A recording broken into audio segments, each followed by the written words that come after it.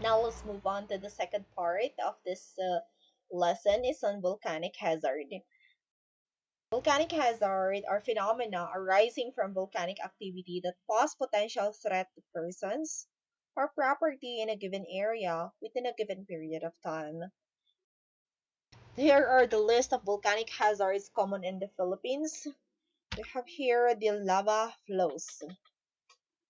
We experience this one, or the people surrounding or living beside the volcano though experience this. And these are the stream-like flows of incandescent molten rock erupted from a crater or fissure. For lava flows also, when lava is degassed and or very viscous, it tends to extrude extremely slowly forming lava domes. That is dangerous to human lives and even other living creatures. Here are the things that made the lava hazardous to people and other living creatures living around it. Lava can burn. Yes, as lava flows are hot and incandescent, areas it covers are burned, just like the forest, houses, and whatever places that the lava can pass through. Also, lavas can bury. Yes, lavas can bury homes and agriculture areas under meters of hardened rocks. Also, lava can also block bridges and highways, affecting mobility and accessibility of people and communities. That's the reason that the lava that is flowing can impose a threat to the lives of humans and other living creatures as well. Another one is the ash fall or a tetrafall. For this one, these are the showers of airborne fine to coarse grained volcanic particles that fall out from the plumes of the volcanic eruption. And this ashfall distribution or the dispersal of this tetrafall is dependent on the prevailing wind direction. Wherever the wind is going, so the direction of the wind, it is also where the ashfall will move.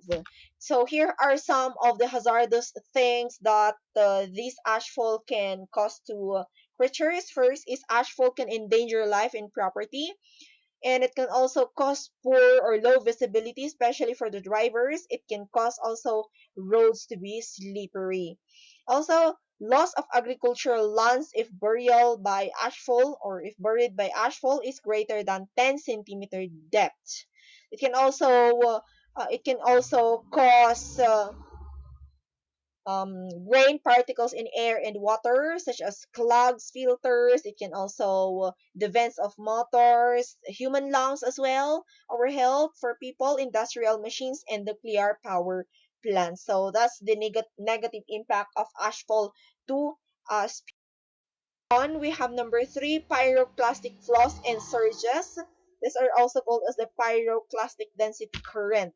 So these are the turbulent mass of ejected fragmented volcanic materials such as ash and rocks mixed with hot gases. They are called as the pyroclastic flows. And take note, it is ranging from 200 degrees Celsius to 700 degrees Celsius to as hot as 900. So that is how hot is it. The flow downslope at a very high speed of 60 kilometers per hour. So see that it is considered under pyroclastic flow. Now, these surges are the more dilute, the more mobile derivatives or pyroclastic flows. So it means to say, the more dilute it is, the more watery-like, then it is moving in a greater or yes higher speed. And so here are some of the danger when it comes to pyroclastic flows. So pyroclastic flows can destroy anything on its path by direct impact, of course. So anything on its path will be buried and burned. Burn sites with hot rocks, debris. Also burn forests, farmlands, destroy crops and buildings. So those are the negative hazards, the hazards caused by pyroclastic flows. As we move on to number four, lahars also.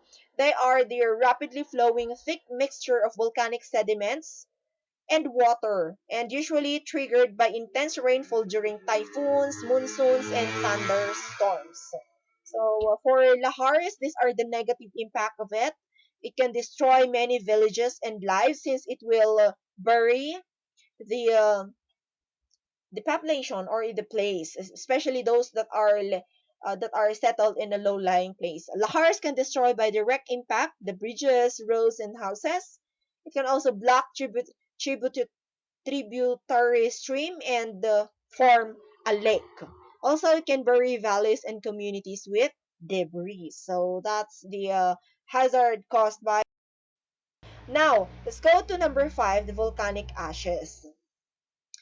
If volcanic eruption will happen, we can definitely see volcanic gases, and these gases and aerosols release into the atmosphere, which include water vapor, hydrogen sulfide, sulfur dioxide, carbon monoxide, hydrogen chloride, and hydrogen fluoride. If you will notice these gases, this can threat danger to our health. So just like this one, the sulfur dioxide can lead to acid rain. High concentration of carbon dioxide, which is colorless and odorless, can be lethal to people and animals and vegetation as well. Like the fluorine, they can deform and kill animals that graze on vegetation covered by volcanic ash. So even if we cannot experience the negative effect on or the negative impact of volcanic gases to us immediately, but it can have an impact to us as time passes by. We also have debris avalanche or volcanic landslide. So yes, landslide can occur during volcanic eruption. So these are the massive collapse of a volcano, usually triggered by earthquake or volcanic eruption. It's called as an avalanche if it is usually a massive collapse. And the hazard caused by it is huge volcanic debris avalanche typically leaves an amphitheater-like feature, and at the base of the volcanoes with debris avalanche event, a hummocky topography or small hills all over. So with this one, if a debris avalanche or volcanic landslide will happen, it can actually create a big hole or an amphitheater-like feature at the base because of the massive collapse. We also have ballistic projectiles.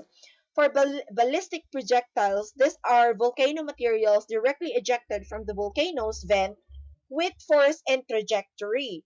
So these are dangerous even if you are away, quite away, as long as you are still in the 7 kilometer zone, still it is dangerous. So ballistic projectiles endanger life and property by the force of impact of falling fragments, but this occurs only close to an eruption vent. So as mentioned, it will happen to the places that are close to where the volcano eruption is happening.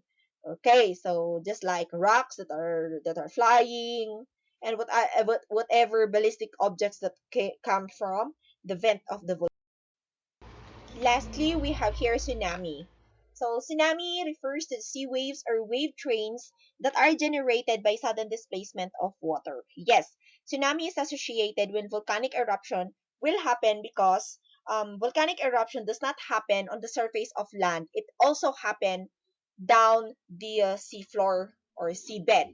So once eruption takes place in the seafloor, it also plate tectonics move and it can create waves that resulted to tsunami. Let's move on the parameters used to observe volcanic activity. First is ground deformation.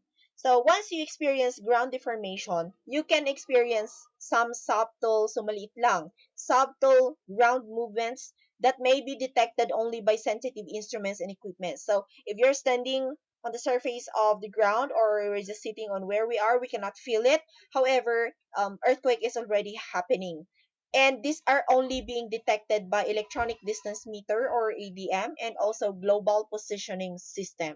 So they're the one who can detect subtle or small ground movements. Also, we have here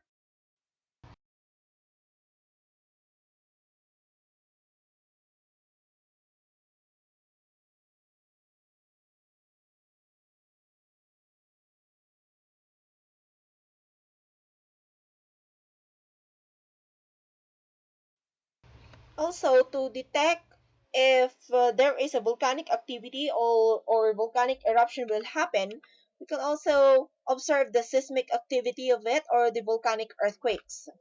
This, if we observe the increased number of volcanic earthquakes recorded through a seismometer, and so possible that volcanic eruption will happen. Ends my discussion on volcanic activity. We have lots of information added in your module, so make sure to read your module on volcanic eruption. Thank you very much for listening and have a great day.